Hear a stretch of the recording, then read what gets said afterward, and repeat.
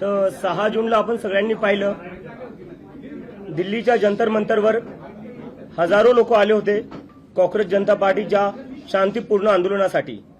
याच्यावर एक गोष्ट तर सिद्ध झालेली आहे आता की या देशाचा जो तरुण आहे, जो युथ आहे, तो आता घाबरणार नाहीये, तो आता मागे सरकणार नाहीये। नीटच्या परीक्षेत आतापर्यंत 6-7 विद्यार्थ्यांनी आत्महत्या केलेली आहे। सीबीएसईचे जे 17 लाख स्टुडंट्स आहेत त्यांचं फ्युचर अफेक्ट झालेलं आहे। एसएससी जीडीचे अजून 16 लाख स्टुडंट्स आहेत, त्यांचं फ्युचर अफेक्ट झालेलं आहे। असं एकंदरीत पाहिलं तर आपण एसएससी जीडी, नीट, सीबीएसई आणि सीयूईटी हे स्टुडंट जर बघायला गेलं तर 1 करोडपेक्षा जास्त स्टुडंट्सचे फ्युचर अफेक्ट झालेलं आहे।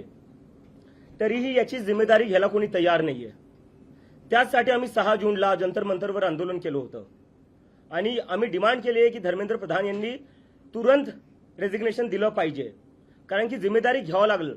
देशातले 5-6 स्टुडंट जे उद्या जाऊन डॉक्टर बनले असते, ज्यांनी दुसऱ्यांचे प्राण वाचवले असते, आज त्यांनाच त्यांचा जीव द्यावा लागलाय। कशामुळे? सिस्टमच्या फेलियरमुळे। तर याची जिम्मेदारी कोणीतरी घेतली पाहिजे आणि त्यासाठी आम्ही सांगितलेलं की धर्मेंद्र प्रधान यांनी शनिवारपर्यंत राजीनामा दिला पाहिजे। राजीनामा जर नाही झाला तर आम्ही देशव्यापी आंदोलन सुरू करणार आहे आणि त्याची सुरुवात उद्या पुण्यापासून सुरू होणार आहे। पुण्यात उद्या 4 वाजता आम्ही आमचा शांतीपूर्ण प्रोटेस्ट करणार आहे आणि त्यानंतर आम्ही लखनौ, अमृतसर, जयपूर, बँगलोर इथेही आम्ही प्रोटेस्ट करणार आहे। तर आमची परत एकदा विनंती आहे की तुम्ही काही करून जिम्मेदारी घ्या, नैतिक जिम्मेदारी घ्या। तुमच्यामुळे स्टुडंट्स आत्महत्या करतायत, लाखो करोडो स्टुडंट्सचं भविष्य बर्बाद होते, तुमच्यामुळे सगळं वाटोळ होऊ लागलं स्टुडंट्सचं। याची कोणीतरी जिम्मेदारी घ्यायला पाहिजे। देशात आज अकाउंटेबिलिटी राहिली कुठे? स्टुडंट्स ओरडू लागले, थकून चालले, पेपर लीक होऊ लागले, सर्व्हर डाऊन होऊ लागले। कोण जिम्मेदारी घेणार आहे याची आणि कधीपर्यंत असं चालणार आहे? ते आमची परत एकदा मागणी आहे की धर्मेंद्र प्रधान यांनी त्वरित राजीनामा दिला पाहिजे आणि जर ते राजीनामा नाही देणार तर देशव्यापी आंदोलन होईल आणि त्यानंतर 20 तारखेला देशव्यापी सगळ्याच जागी मी स्वतः जाऊन प्रोटेस्ट करेल आणि तिथे जाऊन लोकांना आवाहन करेल की सगळ्यांनी दिल्लीला या। जर धर्मेंद्र प्रधान यांचा राजीनामा नाही झाला तर 20 तारखेला दिल्ली येथे सगळ्या देशातला तरुण येईल आणि धर्मेंद्र प्रधानचा राजीनामा घेतल्याशिवाय वापस जाणार नाही। धन्यवाद।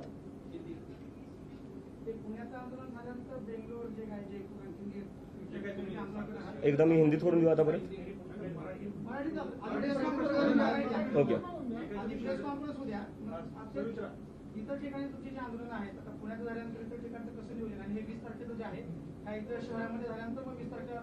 बरोबर। नाही, आमचं नियोजन चालू आहे। आम्ही जिकडे तिकडे आमच्या टीम्स आहेत, आम्ही कोऑर्डिनेट करतोय आणि पुढच्या काही दिवसात आम्ही तिकडे आंदोलन करणार आहेत। आणि कॉन्टॅक्ट नाही, आम्हाला राजीनामा पाहिजे। कॉन्टॅक्टचं आम्ही काय करणार? नाही, डायलॉग एकच झाला। आमचे अकाउंट बंद केले, आमचे सोशल मीडिया हॅक केले। ते नसते केलं तर मला अमेरिकेवरनं इथे याची गरज पडली नसती।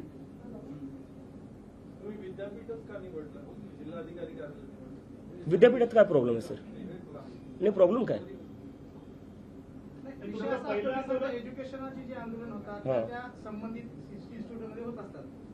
सर मला काय वाटतं ना, कुठं आंदोलन करतोय, कुठं करतोय हा प्रश्न आहे का सर? 6 स्टुडंट्सने आत्महत्या केलेली आहे, ते सोडून आपण कुठं प्रोटेस्ट करतोय, प्रोटेस्टची जागा कोणती, त्यावर आपण डिस्कशन करतोय। काय अर्थ आहे या सगळ्या गोष्टींना सर? प्लीज म्हणजे मुद्दे आपला जो मुद्दा आहे त्याची सेन्सिटिव्हिटी समजून घ्या सर। नाही, मी समजतोय।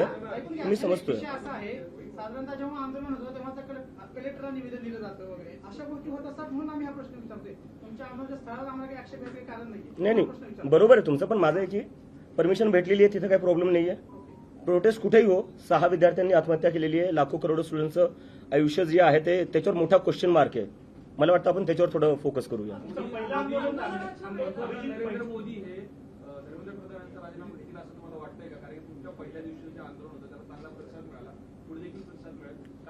मला असं वाटतं जर ते रशिया युक्रेनचं वॉर थांबवू शकतात तर राजीनामा तर घेऊ शकतात। आम्ही 20 तारखेला आता दिल्लीत जाणार आहे। त्याच्या आधी आम्ही देशभर आंदोलन करणार आहे। हा, आम्ही आता परत सांगतोय 20 तारखेला दिल्लीत होणार आहे, आधी त्याच्या आधी आम्ही देशभर आंदोलन करणार आहे। काय फरक पडला, काय बदल झाला, लोकांचा तुम्हाला पाठिंबा वाढला? पहिल्या आंदोलनानंतर काय झालं? काँग्रेस जनता पार्टीमध्ये कसं बदल घडले, काय झालं? पहिल्या आंदोलनात तिथं जाऊन मला कळलं की देशभरातून तिथं लोक आलेली होती। म्हणजे सिक्कीमवरनं लोक आली होती, जम्मू काश्मीरवरनं लोक आली होती, केरळवरनं लोक आली होती, तमिळनाडूवरनं आली होती, काही लोक ओडिसावरनं आली होती, बंगालवरनं आली होती। आणि त्याच्यानंतर त्यांचं असं झालं की आता हे देशभर वाढलं पाहिजे। म्हणजे मला तिथं भरपूर जे सगळे तरुण जे आलेले होते देशभरातून त्यांनी मला सांगितलं की तुम्ही देशभर करा आणि त्याच्यामुळे आम्ही आता वेगळ्या वेगळ्या राज्यात करणार आहे. आंदोलन दाबण्याचा प्रयत्न होतोय, काही धमकीचे फोन किंवा घरच्यांना असं काही threatening असं काही होतं? म्हणजे हे तर चालूच आहे, माझ्या घरच्यांना धमक्या भेटताच आहेत, ते चालूच आहे. आणि मला आता सोशल मीडियावर येतात, म्हणजे इथे येण्याआधी मला म्हणलं तू ये प्रेस कॉन्फरन्सला, आम्ही कॉक्रोच मारण्यासाठी हिट घेऊन ठेवलेला आहे. तर अशा प्रकारच्या धमक्या चालूच आहेत. कुठेतरी सरकार सिरियसली घेत नाहीये युथचे प्रश्न. आता म्हणजे मला कळत नाही की अजून सरकारला कशाची वाट बघते. स्टुडंट्स आत्महत्या करताय, 1 करोडपेक्षा जास्त स्टुडंट्सचं फ्युचर अफेक्टेड झालेलं आहे. अजून म्हणजे काय करावं लागणार आहे सिरियस व्हायला तुम्हाला? म्हणजे सिरियस कुठं ना कुठं व्हावंच लागणार आहे. घेत नाही, that is absolutely right. Abhijit, तुम्हाला बाकी कुठल्या पार्टीचा सपोर्ट आहे किंवा पाठिंबा दिले का बाकी कुठल्या पार्टी? नाही, मी एक गोष्ट क्लिअर करू शकतो की कॉक्रोच जनता पार्टी सोबत कोणीही असोसिएटेड नसणारी कुठलीही पॉलिटिकल पार्टी आम्ही कोणाला इन्व्हॉल्व्ह होऊ नाही देणार आहे. बट कुठल्याही पार्टीला जर स्टुडंट्सच्या मुद्द्यावर आम्हाला समर्थन द्यायचं आहे, युवकांच्या बेरोजगारीच्या मुद्द्यावर आम्हाला समर्थन द्यायचं आहे, ते आम्हाला समर्थन देऊ शकतात.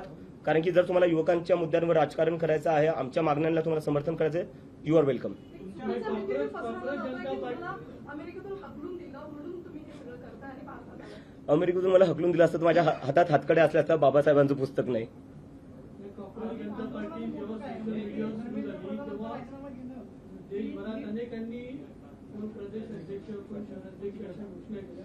खरंच अशी काही नेमणूक केली का? आणि अशी काही नेमणूक नाही झाली, पण हे लोकांची एक्साइटमेंट आहे, त्यांचं ते एनर्जी आहे, पॅशन आहे, ते स्वतःहून काही ना काही करू बघायला बघतायत. So I really respect that passion. पण आम्ही लवकरच आमच्या फॉर्मल बॉडीज पण अनाऊन्स करू. तुम्ही आता विद्यार्थ्यांच्या प्रश्नावर लढताय, या प्रश्नात तुम्हाला यश मिळाल्यानंतर ना पुढचे काय मुद्दे असणार आहेत का? सर, आधी हा प्रश्न सुटला तर आपण पुढच्या प्रश्नावर जाऊ. म्हणजे धर्मेंद्र प्रधानांचा राजीनामा घेणं की नीट पेपर फुटीची जी यंत्रणा सगळी कोलॅप्स झालेली आहे त्याच्यामध्ये कायमस्वरूपी बदल घडवून आणलं. सरकारनं परत परीक्षा घेतली आणि परीक्षा घेताना सांगितलं की आम्ही सीसीटीव्ही बसवू, सगळ्या केंद्रांवरती हवाई गस्त जे आहे ते घालू. नक्की बदल कशामध्ये होईल असं तुला वाटतं की धर्मेंद्र प्रधानांचा राजीनामा घेऊन हा प्रश्न सुटणार आहे?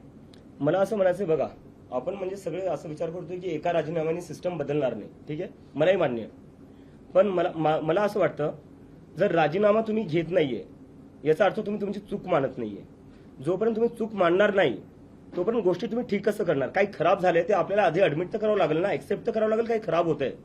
जर आपण एक्सेप्टच करायला तयार नाही की सिस्टम खराब आहे, जर आपण रिस्पॉन्सिबिलिटीज घ्यायला तयार नाही की सिस्टम खराब आहे, तर सिस्टम मग ठीक कसं करणार? राजीनामा is the first step towards that. तुमच्या आंदोलनावर असा आरोप होतोय की नॉन ऑर्गॅनिक आहे आणि त्याची तुलना कुठेतरी अण्णा हजारेंच्या आंदोलनाशी होते. तर त्यावर तुमची काय प्रतिक्रिया आहे? दिल्लीत मी अमेरिकेवरनं आलो, मी तसं स्टेजवर गेलो, म्हणजे तिथं स्टेज इन होता खरं सांगायला गेलं तर. सगळे लोक स्वतःहून आले होते, काय पैसे देऊन आणलेले होते, तुम्ही पाहिलं असेल. मी कुठून काय करणार आहे? मी तर स्वतः एक स्टुडंट होतो अमेरिकेत. तर हे सगळे जे आहे ना, म्हणजे डिस्ट्रॅक्ट करायच्या गोष्टी चालू आहे. मला वाटतं जे लोक असे आरोप लावतायत त्यापेक्षा जर तुम्ही खरंच जर स्टुडंट्सचे प्रॉब्लेम सॉल्व्ह केले असते, नीट पेपर फुटी जी झाली त्याच्यावर थोडं लक्ष दिलं असतं, सीबीएसई मध्ये जे झालं त्याच्यावर लक्ष दिलं असतं, तर आम्हाला हे सगळं करायची गरजच पडली नसती. दिल्लीमध्ये आंदोलन करताना तुम्हाला देशातल्या इतर अनेकांनी पाठिंबा दिला, ते तुमच्यासोबत आलेले होते. पुण्यामध्ये आंदोलन करताना असे पुण्यातले कोणते घटक आहेत, कोण व्यक्ती आहेत की ते तुमच्या आंदोलनाला तुम्हाला सपोर्ट देण्यासाठी आलेले आहेत? आता हे आंदोलनाचं आयोजन करताना तुम्ही कोणासोबत कोऑर्डिनेट करतात, कोणाशी चर्चा करतात?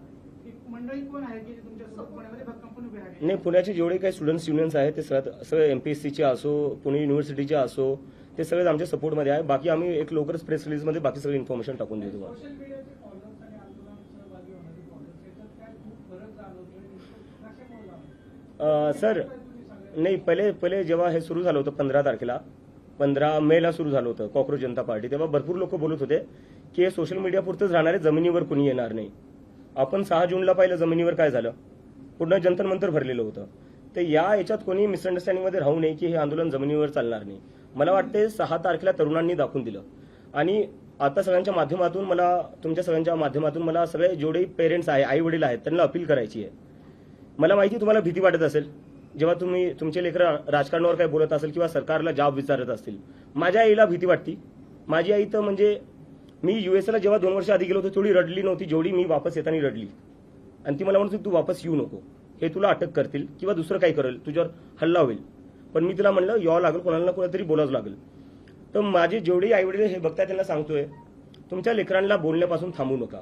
जोपर्यंत मी एकटा बोलत राहील तोपर्यंत असू शकतं हे मला एकट्याला आवाज दाबायचा प्रयत्न करतील, पण जेव्हा लाखो करोडो स्टुडंट सोबत बोलतील ना तेव्हा यांची हिंमत होणार नाही कोणाचा आवाज दाबायला.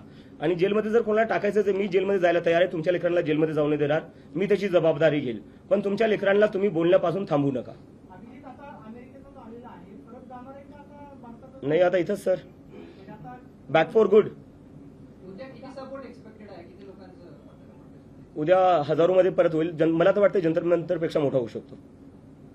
तुमच्या आंदोलनावर टीका होती, आंदोलनावर हिलेरीची मदत घेतली जाते इथपर्यंत आज- कशाची आतंकवाद्यांची मदत घेतली जाते. आज पत्र देखील संभाजीनगरमध्ये पोलीस, मुंबईतल्या एका माणसांनी पत्र देखील लिहिलं पोलिसांना. तर दिल्ली पोलिसने एका आतंकवाद्याला परमिशन दिली असं म्हणायचं तुम्हाला? पुणे पोलिसने एका आतंकवाद्याला परमिशन दिली असं म्हणायचंय? एक minute sir, I am answering sir please. ठीक आहे, लिगली करतो आम्ही, म्हणजे बेस काय याच्यात? आणि चला ठीक आहे, हे एकदा मी अज्युमी करतो. चला म्हणजे मी एक पाहिलं, वेदांत जो होता 17 वर्षाचा स्टुडंट, ठीक आहे, त्या 17 वर्षाच्या स्टुडंटला पाकिस्तानी बोलण्यात आलं जेव्हा त्यांनी सीबीएसई मध्ये काय घोळ चालला तो एक्सपोज केला. तर तुम्ही मला पाकिस्तानी म्हणताय, जो 17 वर्षाचा सीबीएसई स्टुडंट आहे त्याला पाकिस्तानी म्हणताय. तुमच्यासारखे जे पत्रकार आहेत जे सरकारला प्रश्न विचारतात ते त्यांना पाकिस्तानी बोलल्या जातं. तर मग या देशात भारतीय राहिलो कोण? फक्त भाजपाले आणि त्यांचा आयटी सेल, आणि आम्ही सगळे बाकी पाकिस्तानी झालो. काय अर्थ आहे याला? एकदम ऑफेंड होऊ नका, आम्ही चांगल्यासाठीच तुम्हाला प्रश्न विचारतोय.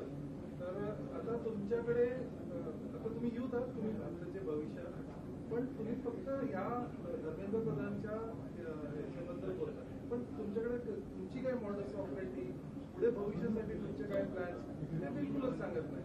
सर 15 दिवस झालेत सुरू होऊन, 15 दिवस झाले सर. युथनी भारताला हेच मिळवून दिलं, इंडिपेंडन्स. किती वर्ष लागले होते सर? ते वर्षाचं नाही, त्यांनी ते लढले म्हणून भेटले. हो, पण किती वर्ष? ठीक आहे ना. आम्हाला 15 दिवस झाले सुरू होऊन. अभिजित, तुम्ही मध्ये की आता तुम्ही इकडेच थांबणार आहात, जाणार नाही. Yes. तर तुम्ही अमेरिकेत नेमकं कशासाठी होता? नोकरी होती, शिक्षण होतं, ते नाही. संपलं का? आणि Yes. त्यानंतर आता भारतात येऊन परत कायमस्वरूपी राहणार, तर काय प्लॅन आहे तुमचा? माझं मास्टर्स चालू होतं, मी मास्टर्ससाठी गेलो होतो आणि आता मी जॉबसाठीच अप्लाय करत होतो. हे 15 दिवसाआधी माझं म्हणजे हे होतं की अमेरिकेत मी बेटर ऑपॉर्च्युनिटीसाठी गेलो होतो, तिथं सेटल व्हायचं होतं आणि जॉब्स अप्लाय पण करत होतो. आणि जेव्हा हे सगळं झालं, थोडं माझं आर्टिकल्स आले इंटरनॅशनल मीडियामध्ये पण, त्यानंतर मला जॉब्सची ऑफर पण भेटल्या. पण बरेचसे कॉक्रोच जनता पार्टीचे कॉक्रोचेस होते, ते सारखे म्हणत होते आपल्याला हे आंदोलन पुढे घेऊन जायचंय, आता आपल्याला हे सोशल मीडियापुरतं लिमिटेड नाही ठेवायचंय. त्यामुळे मग मी कुठं ना कुठं मला एक रिस्पॉन्सिबिलिटी होती माझ्यावर, मी सुरू केलेलं, त्यामुळं की मला कुठं ना कुठे देशात वापस यावं लागेल. आणि त्यामुळे मी आता इथं आलोय. कॉक्रोच जनता पार्टीची आता राजकीय स्थापना झाली का? काय झालं पुढे? काय नाही, ही एक मुव्हमेंट आहे सर, ही एक मुव्हमेंट आहे. आणि मी परत तुमच्या सगळ्यांना रिक्वेस्ट करतो, मी ऑफेंड होते सर, मी रिक्वेस्ट करतो कारण की 15 दिवस झाले. 15 दिवसात तुम्ही कसं काय आमच्याकडून अपेक्षा करू शकता की आमच्याकडे सगळेच प्रश्नांची उत्तरं असू शकतात किंवा आमच्याकडे पूर्ण सिस्टम तयार असू शकतं? अपेक्षा नाही, पण करावं असं आमची. नाही, नक्की करू सर. पण दुसरा प्रश्न असा Yes. की अमेरिकेतून राहून आले, अनेकदा बघतो की हम्म. अमेरिकन असं बोलतात आपल्या देशाबद्दल, वेगवेगळे असे हम्म. चर्चा होतात.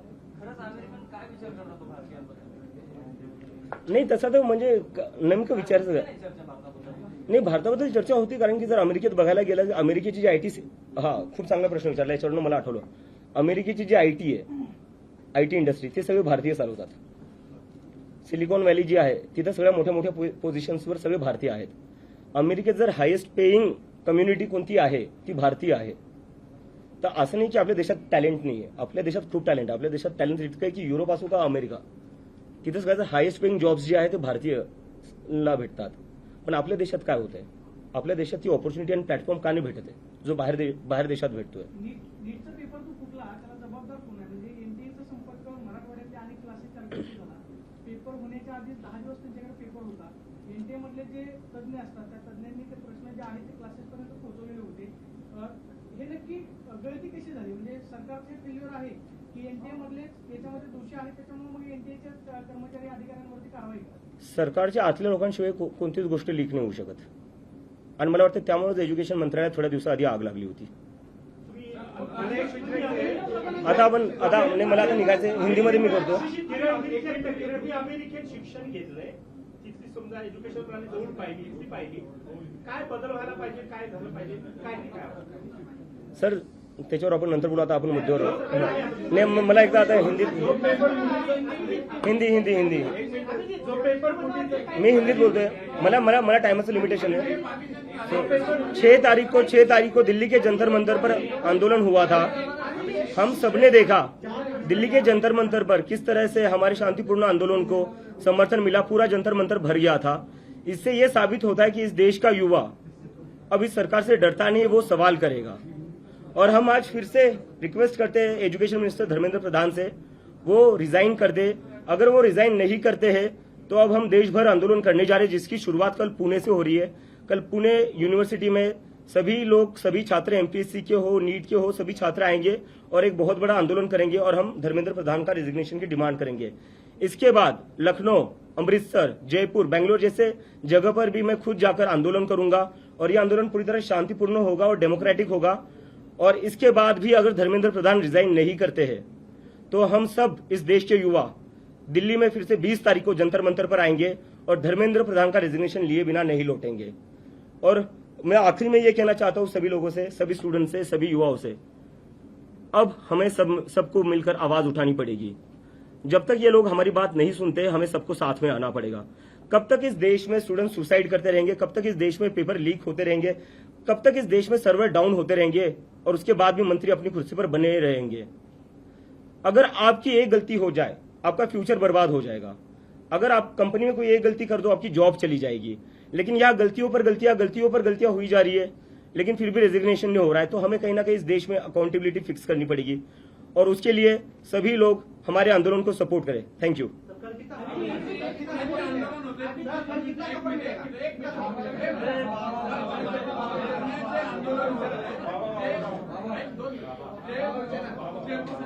मुलं आहेत आम्हाला माहिती आहे, नेहमी संपर्कात असतात. ते कुठल्या तरी चळवळीशी संबंधित आहेत. कुठल्या तरी विद्यार्थी चळवळ असेल किंवा धार्मिक संघटना असेल किंवा राजकीय पक्ष असेल किंवा जातीय पक्ष. मग हे ऑर्गॅनिक जनता पार्टी, कॉक्रोच जनता पार्टी कुठं आहे? ही सगळी कुठल्या संघटनेत काम करणारी मुलं आहेत. ऑर्गॅनिक जनता पार्टी कुठे येणार आहे? हे जनता, हे नागरिक नाही देशाचे. नागरिक आहेत पण कुठेतरी इतर संघटनांची नाही असू द्या ना सर. तर ते एकरूप कशी होणार? नाही मी तर म्हणतो भाजपचेही लोक आले पाहिजे. भाजपच्या त्यांचेही लेकरं ते नीट आणि सीबीएसई परीक्षा देत असतील ना. त्यांचेही लेकरं सीबीएसई आणि नीटची परीक्षा देत असतील, त्यांनी आलं पाहिजे. आम्ही असं म्हटलं की काही दिवसांपूर्वी शिक्षण मंत्र्यांमध्ये विभागाला आग लागलेली होती. सरकारचे लोक याच्यामध्ये सहभागी असल्याशिवाय होणार नाही. म्हणजे ते शिक्षण मंत्र्यांचा सहभाग आहे का नीट पेपर फुटी प्रकरणात? मी अजून किती क्लिअर बोलू यापेक्षा. सीबीआय कडून तुम्ही काय माहिती घेतली का या तपासाच्या संदर्भात? आणि दुसरी गोष्ट, या तपासामध्ये प्रामुख्याने जी लोक पेपर फुटीत होती ती पुण्यातली सहभागी होती, त्याच्या मागे नेमकं कोणी, याबाबत काही तुम्ही माहिती घेतली का?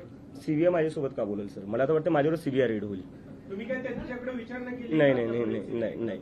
आग लावली कारण तुम्ही जी भूमिका मांडताय ज्या आक्रमक पद्धतीने त्या पद्धतीने विरोधी पक्षाने पण मांडलं. मला वाटतं विरोधी पक्ष मांडतोय पण मीडियाने आपल्यासोबत हा म्हणजे स्वतःला प्रश्न विचारला पाहिजे, ते दाखवत का नाहीये. तुमचं मांडतो तर त्यांचं काय मांडणार? नाही. तुमचं मांडतो तर तेव्हा मांडणार. असं काय बोलताय तुम्ही? Next question. Next question. तुम्ही असं काही पत्रव्यवहार वगैरे करत नाही, कम्युनिकेशन करत नाही, फक्त ग्राउंडवरती आंदोलन करताय, असं काही करणार आहे? मेल वगैरे कम्युनिकेशन करणार आहे त्यांच्याबरोबर? कारण तुमच्याकडून एक हात पुढे केल्याशिवाय त्यांच्याकडनं कम्युनिकेशन होणार नाही. सर आंदोलन हा आमचा पहिला स्टेप आहे. ते आहे तुमचा तो अधिकार आहे, पण काही कम्युनिकेशन करणार आहे त्यांच्याबरोबर? सर मला वाटतं त्यांना बातम्या वाचतच असतील ते बरोबर. एवढे म्हणजे हजारो तरुण जंतर मंतरवर येत आहेत तरी ते ऐकायला तयार नाही. तुम्हाला वाटतं ते माझ्या एका ईमेलवर राजीनामा देतील? हा एक उपद्रवी कीटक समजला, रोगराई पसरवणारा कीटक समजला. त्याच्याकडे केळसवाड्या नजरेनं बघितलं तर तुमच्या पार्टीला गांभीर्याने का घ्यावं जनतेने? झुरळ कुठं असतात सर? हा घाणीत बरोबर. तर मग याचा अर्थ आपलं देशातलं सिस्टम जे आहे ते घाण झाले, त्याच्यामुळे झुरळ बाहेर येत आहेत. कुठं ना कुठं हा प्रश्न पण विचारला गेला पाहिजे. नेक्स्ट. देशाची सिस्टीम आताच खराब झाली का? हा देशाची सिस्टीम आताच खराब झाली का? नाही आताच खराब नाही झाली आहे. आताच का बाहेर? आता ते ट्रिगर पॉईंट होता ज्यांनी हे शब्द वापरले, आपण त्यांना हा प्रश्न विचारावा. अभिजीत, सुप्रीम कोर्ट के फॉर्मर जज मार्कंडे कांजू ने सीजेपी समर्थकों को छोड़ने को बोला इसके करो पार्टी ज्वाइन कर. मुझे लगता है देश एक डेमोक्रेटिक कंट्री है, जिसको जो पार्टी शुरू करना चाहता है कर सकता है, उसमें कोई रोक नहीं होनी चाहिए. आज लेके आपको कॉकरोच जनता पार्टी कल जंतर मंतर से ज्यादा सपोर्ट होगा. आगे जाके राजनीति में 2029 के लोकसभा चुनाव के पहले कांग्रेस जनता पार्टी देखने को मिलेगी। सर मैं कह रहा हूँ 15 ही दिन हुए हम लोगों को शुरू करके। सर ये सोशल मीडिया तक ही सीमित रहेगा। हाँ?